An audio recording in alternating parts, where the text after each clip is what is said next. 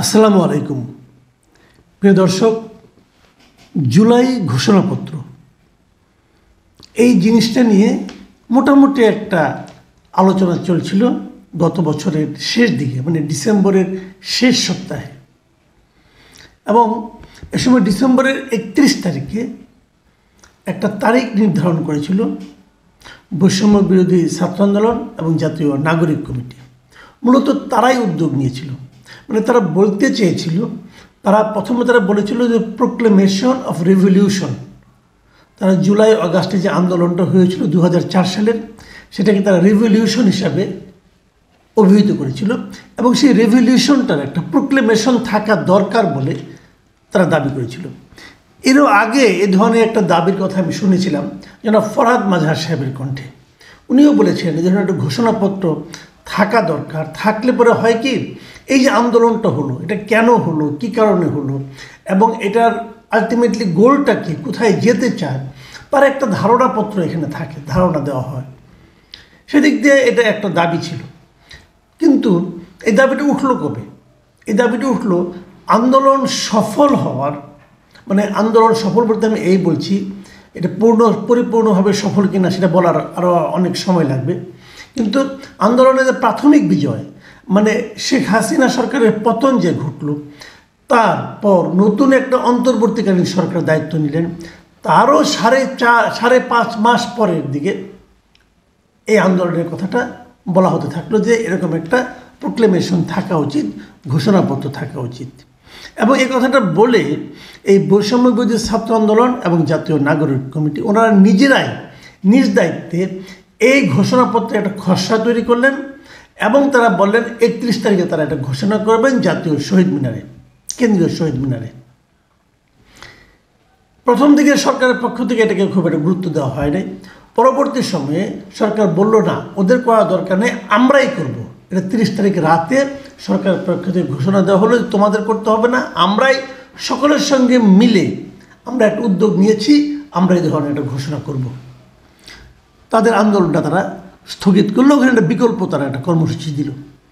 এ পর্যন্ত আমরা মোটামুটি সবাই জানি। এবং ওই বিকল্প কর্মসূচি থেকে এই আন্দোলনকারী, মানে বৈষম্য বিরোধী ছাত্র আন্দোলন এবং জাতীয় নাগরিক কমিটি তারা একটা ডেট দিয়ে দিল যে 15 জানুয়ারির মধ্যে এটা ঘোষণা করতে হবে। 15 জানুয়ারি চলে যাওয়ার তাদের সেই যে ডেডলাইন যেটা ছিল, তাদের সেই ডেডলাইন অথবা আলটিমেটাম যাই বলেন, সেটা শেষ হওয়ার একদিন পরে, মাইন্ড ইট, একদিন পরে, আগে না কিন্তু, একদিন পরে সরকারের পক্ষ থেকে সমস্ত রাজনৈতিক দলকে ডাকা হলো যে আসুন, বসুন আমাদের সঙ্গে, আসুন আমরা আলোচনা করি যে জুলাই গণ অভ্যুত্থানের একটা ঘোষণাপত্র তৈরি করা যায় কিনা। প্রথমে বিএনপিতে যাবে কি যাবে না সেটা নিয়ে নানা ধরনের তাদের চিন্তা ছিল। পরে তারা গিয়েছিল, জামাত ইসলামও গিয়েছিল এবং বেশ কয়েকটা রাজনৈতিক দলও গিয়েছিল। সেই ঘটনাটা ছিল আজকে 16 তারিখে সবাই মিলে বসেছে। আলোচনাটা কি হয়েছে? আলোচনার যেটা আউটকাম যেটা পেলাম, যে সব শেষে সরকারের আইন উপদেষ্টা তিনি একটা কথা বললেন যে জুলাই ঘোষণাপত্র তৈরিতে পর্যাপ্ত সময় ও কমিটি গঠনের প্রস্তাব এসেছে। মানে মোদ্দা কথা হলো, উনি বলতে চাইলেন যে এটা তড়িঘড়ি করে হবে না, এর জন্য পর্যাপ্ত সময় দিতে হবে এবং একটা কমিটি গঠন করতে হবে। সেই কমিটি গঠনের মাধ্যমে চিন্তা ভাবনা করে, শব্দ চয়ন ঠিকঠাক মতো করে, আলোচনার মাধ্যমে একটা ঘোষণাপত্র তারা প্রণয়ন করবেন। মানে প্রণয়নের প্রয়োজনীয়তাটাকে তারা উপেক্ষা করলেন না। এটা আমিও মনে করি করা যেতে পারে, কিন্তু সেটা তারা করতে আরও সময় নেবেন। তার মানে ওই ছাত্রদের 15 তারিখে যে আলটিমেটাম ছিল সেটা আসলে এভাবে কার্যকর হচ্ছে না। এর আগেও ছাত্ররা একবার রাষ্ট্রপতি পদত্যাগ দিয়ে আলটিমেটাম দিয়েছিল, সেটাও এরকমই ভেস্তে গিয়েছিল। যাই হোক, এরপরে আমি আশা করব ছাত্ররা হিসাব নিকাশ করেই আলটিমেটাম দেবেন। ইচ্ছা হলো আর আলটিমেটাম দিয়ে দিলাম, ব্যাপারটা এরকম হওয়া ঠিক না। আপনাদেরও বুঝতে হবে যে এই কাজটা করতে কতদিন সময় লাগতে পারে। আপনি ইচ্ছা হলো কালকের মধ্যে করতে হবে, পরশুর মধ্যে করতে হবে, এই ধরনের ছেলে মানুষের আবদার রাষ্ট্র পরিচালনার ক্ষেত্রে চলে না রে ভাই, এটা বুঝতে হবে। যাক, আপনাদের অনভিজ্ঞতার কথা আমরা আগেও বলেছি, এবার সেটা আরেকবার প্রমাণ হলো। এখন প্রশ্ন হলো এই মানে মিটিংয়ে বৈঠকে প্রধান উপদেষ্টা ছিলেন, সেখানে রাজনৈতিক দলগুলো যারা বৈঠক করেছে সেখান থেকে আমি একটা বড় অন্যতম বৃহত্তম যে বড় দল বিএনপির পক্ষে সেখানে গিয়েছিলেন সালাউদ্দিন আহমেদ, উনি স্থায়ী কমিটির সদস্য। তিনি বেরিয়ে এসে যে কয়েকটা কথা বলেছেন, এই কথাগুলি একটু আপনারা ধারণা নিতে পারেন উনি আসলে কী বলেছেন। উনি প্রথমে যেটা বলেছেন যে আসলে এই 5 মাস পরে এসে এ ধরনের একটা ঘোষণাপত্রের আদৌ কোনো কি দরকার আছে, এটা তো প্রথম প্রশ্ন, একটা প্রশ্ন।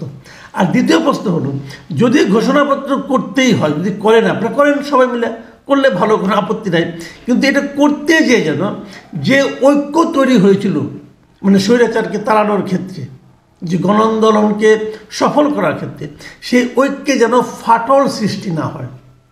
এটা বিএনপি নেতা সালাউদ্দিন সাহেবের বক্তব্য। লক্ষ্য করুন, এই ফাটলের প্রশ্নটা উঠছে কেন? উঠছে এই কারণে এই আন্দোলনটা, এই বিপ্লব আন্দোলন যাই বলেন না কেন, এটাকে কিন্তু প্রত্যেকটা পলিটিক্যাল পার্টি তার মতো করে অংশ নিয়েছে, এবং প্রত্যেকটা পলিটিক্যাল পার্টির আলাদা আলাদা দৃষ্টিভঙ্গি আছে। কাজেই এরকম একটা ঘোষণাপত্র করতে গিয়ে যদি বিশেষ কোনো একটা গোষ্ঠীকে অতিরিক্ত ক্রেডিট দেওয়া হয়, সেটা হয়তো এই দলগুলো পছন্দ করতে চাইবে না, পছন্দ যে করবে না সেটা বিএনপি স্পষ্টই বলে এলেন। এটা বলার পর তারপর এটা করা কতটুকু সহজ হবে আমি জানি না, কারণ দাবিদার তো অনেকেই। তখন কার কী অবস্থান ছিল সেটা আমরা দেখেছি, স্টুডেন্টদের অবস্থান আমরা দেখেছি, অন্য পলিটিক্যাল পার্টির অবস্থানও দেখেছি। আন্দোলন তো কেবল 36 দিনই হয়নি, তারা আরও আগের থেকে হয়েছিল। এটা হলো চূড়ান্ত পর্যায়। কাজে চূড়ান্ত পর্যায়ে কার কী অবস্থান সেটাও দেখেছি, আগের অবস্থান আমরা দেখেছি। কাজে সব মিলিয়েই কিন্তু একটা প্রোক্লেমেশন করা যেতে পারে। যেমন সালাউদ্দিন আহমেদ সাহেব বলেছেন যে সেটা প্রণয়ন করতে গিয়ে যাতে সংশ্লিষ্ট সবাইকে অন্তর্ভুক্ত করা হয়, তাদের পরামর্শ নেওয়া হয়, সেই পরামর্শ আমরা দিয়েছি। বিষয়টা কিন্তু ক্লিয়ার। এখন এই পরামর্শ কতটুকু মানা হবে, কতটুকু মানা হবে না, এটা কিন্তু আগামী দিনগুলোতে বোঝা যাবে। কিন্তু তারও আগে আমি আরও একটা কথা বলতে চাই। সেই বিষয়টা হলো যে এই যে তারা যে ঘোষণাপত্র একটা খসড়া তৈরি করেছিল ছাত্ররা, সেখানে কি ছিল এটা আপনাদের একটু জানা দরকার। সেগুলো তো তারা মানলে তো হয়েই যেত, এবার তারা তো মানেনি, তারা বলছে এটাকে আরও চেঞ্জ করতে হবে। কী ছিল সেগুলো আপনাদের আমি একটু পড়ে শোনাতে চাই। আমরা প্রহসনের নির্বাচনের মাধ্যমে গঠিত সংসদ ভেঙে দেওয়ার আহ্বান জানাচ্ছি এবং ছাত্র জনতার পক্ষ থেকে রাষ্ট্রের নিরাপত্তা, স্থিতিশীলতা ও অখণ্ডতা রক্ষার্থে ডক্টর মোহাম্মদ ইউনূসের নেতৃত্বে একটি অন্তর্বর্তীকালীন সরকার গঠনের আহ্বান জানালাম। এই যে কথাটা, মানে ওনারা আগের সংসদ মানে শেখ হাসিনার সংসদ ভেঙে দেওয়ার আহ্বান জানাচ্ছেন এবং ডক্টর ইউনূসের নেতৃত্বে সরকার গঠনের কথা বলছেন। এই ঘোষণাপত্রটা ওরা বলেছেন যে কার্যকরী হবে গত বছরের 5 আগস্ট থেকে। কিন্তু 5 আগস্টে কিন্তু এ ধরনের কিছু হয়নি। 5 আগস্টে কিন্তু ডক্টর ইউনূসের নেতৃত্বে একটা সরকার গঠনের কোনো প্রস্তাবনাও আসেনি। তো যাই হোক, এটা হয়তো মনে বলবেন যে আমরা এই ধরনের প্রস্তাব মনে মনে ভেবেছিলাম, প্রকাশ করিনি, হতে পারে। কিন্তু সাধারণ মানুষের কাছে কিন্তু এটা গ্রহণযোগ্যতার ওই জায়গায় ধরা খেয়ে যাবে। সংসদ ভেঙে দেওয়ার কী আছে? শেখ হাসিনা এই সংসদকে ওইভাবে ভেঙে দেওয়া হয়েছে, শেখ হাসিনা চলে গেছে, সংসদও শেষ, তাই না?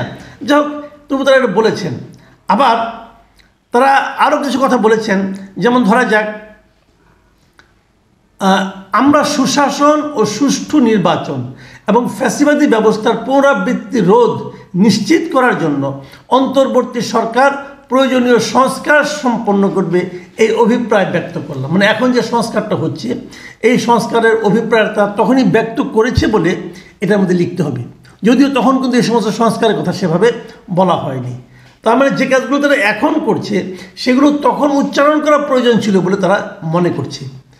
আর আরেকটা কথা বলি, সবগুলো পড়বো না, পড়া দরকার না, আরেকটা জায়গায় পড়ি আমি। সেখানে বলা হয়েছে আমরা ফ্যাসিবাদ ও স্বৈরাচারকে লালন করার দলিল 1972 সালের সংবিধান সংশোধন বা প্রয়োজনে বাতিল করার অভিপ্রায় ব্যক্ত করিলাম। মানে 72-এর সংবিধানটাকে ওনারা সংশোধন অথবা বাতিল করতে হবে, ভালো কথা। কিন্তু তার আগে ওই সংবিধানকে ওনারা যেভাবে ডিফাইন করেছেন সেটা কিন্তু মারাত্মকভাবে আমি মনে করি যে আপত্তির প্রশ্ন উঠতে পারে। ওনারা বলেছেন যে ফ্যাসিবাদ ও স্বৈরাচারকে লালন করার দলিল, মানে ওই সংবিধানটা তৈরি করা নাকি হয়েছে ফ্যাসিবাদ এবং স্বৈরাচারকে লালন করার জন্য। এই জায়গাটাতে আমার মনে হয় খুবই অতি সরলীকৃত মন্তব্য করা হয়েছে। যখন চূড়ান্তভাবে ঘোষণাপত্রটা হবে আমার ধারণা এ ধরনের কথা সেখানে থাকবে না, কারণ এটা খুবই ছেলে মানুষই কিছু কথাবার্তা, অতি সরলীকৃত কিছু কথাবার্তা এখানে দেওয়া হয়েছে। একটা ৭২ সংবিধানকে আপনি একদম ফু দিয়ে উড়িয়ে দিচ্ছেন এবং এটাকে আপনি স্বৈরাচারের লালন এবং ফ্যাসিবাদ স্বৈরাচারের লালন করার জন্য একটা দলিল বলছেন। এটা যেন কেন আমার যেন কেমন মনে হয় যে এটা ঠিক কিনা।